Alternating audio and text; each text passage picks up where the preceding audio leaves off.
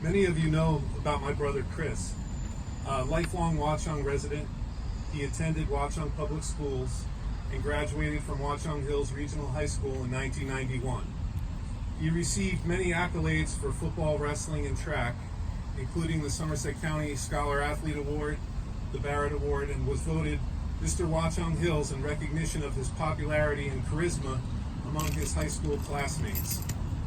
After high school, Chris attended Princeton University, where he played football and earned a bachelor's degree in economics. Chris's college roommate and great friend, Dennis O'Dowd, is here to share some of his reflections on his time with Chris.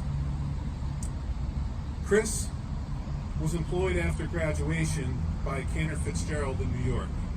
His global banking career brought him to London for several years, and then back to New York in early 2001 as a partner of the firm. He was in his office on the 104th floor of the North Tower at the World Trade Center on September 11th. Chris accomplished a great deal in life and had a great impact on everyone who knew him. Upon his passing, our family received hundreds of letters, notes, and cards from people conveying their condolences. People from all stages of Chris's life reached out, and their words were a comfort to our family. The outpouring from Watchung teachers and youth sport coaches alone was remarkable. All described vivid and wonderful memories of Chris as a kind person and a standout student athlete. The written material received filled 3 large shopping bags.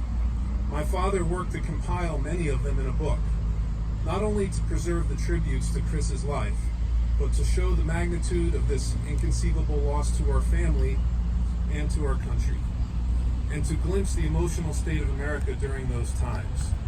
The book is called The Noble One. Chris's middle name is Noble, and we have been pleased to share it with many of you here.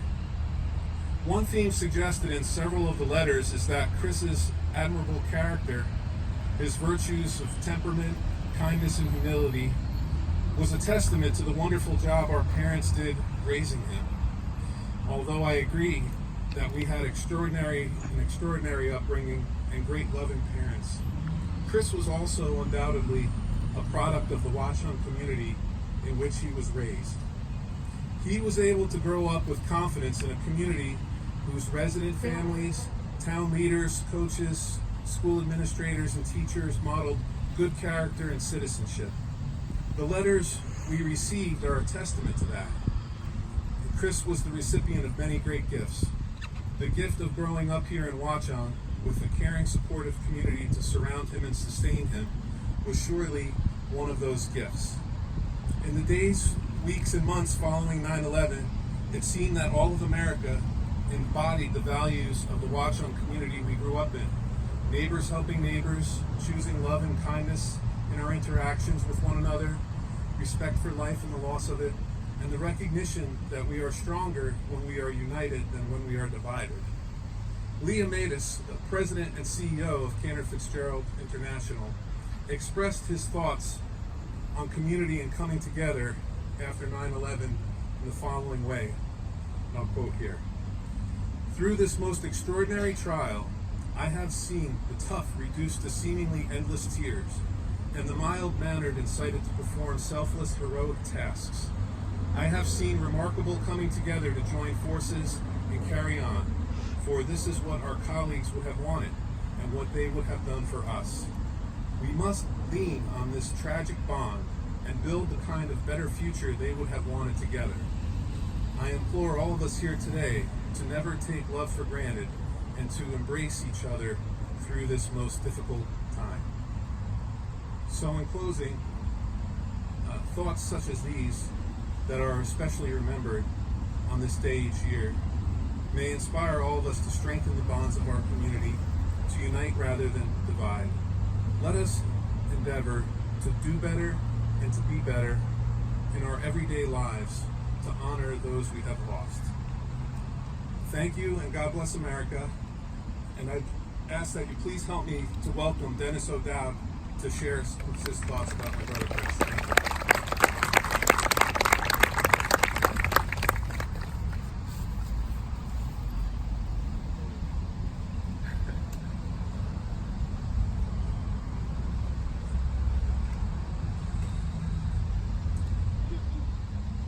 Thank you, Anthony.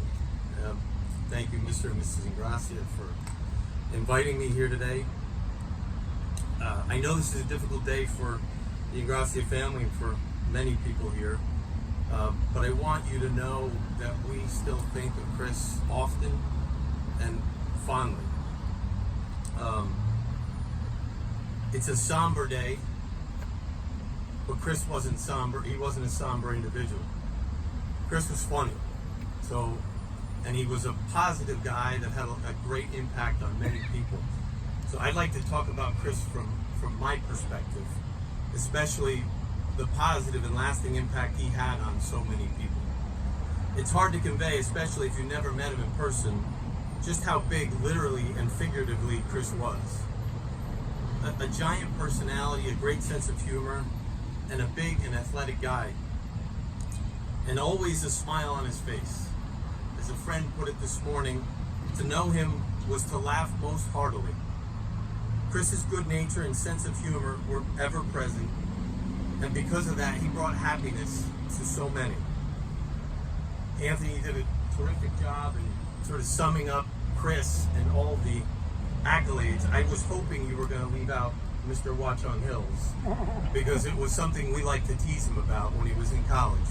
Because I think we found out one trip back to the Ingracia house, and the Ingracias were always so gracious and welcoming to all of us, that Chris had been Mr. Watchung Hills, and for the next 3.5 years, we didn't let him forget it. Chris often said, "Go big or go home." And in many ways, he lived his life like that. He aimed high, he was successful, he took risks. His job took him to London for a few years after college. He worked hard, but always had fun. One summer, my younger brother Mike and I went to visit Chris in London for a week. Every day, he was up at the crack of dawn. He was out each night, whether with clients or in Hyde Park playing softball with his friends or just entertaining my brother and I. At the end of the week, it's safe to say we were exhausted, but for Chris, it was just another week. But despite his motto of go big or go home, what I think really made Chris were the little things. It might be a message that I'd get at the office that Bill Parcells or Joe Torre or Don Mattingly had called. I'd always know it was Chris, but it would confuse and amuse my coworkers to hear a secretary yell out, "Lawrence Taylor is on the phone for you, Dennis." Or it could have been something quiet in the background, but meant a lot to that person. Our good friend in college was in a wheelchair and occasionally needed help in the evenings if his nurse was not around to get him in bed. Who better than Chris to lift Tom from his chair and put him in bed? But Chris, being a humble guy, I only came to find out about that well after the fact, and perhaps even in some of the letters and testimony after 9/11 about Chris. He did a lot of amazing things, and he didn't broadcast them, and I can attest to that. Thinking about today and what I can say about Chris, I thought, what do I want my kids to know? So boiling it down, Chris was a great guy, a great friend. He was funny, hardworking, and a lot of fun to be around. Simply put, he made people happier. So the lesson I take from Chris is, as we aim high, take risks, and work hard, it's important to remember that the journey is the destination.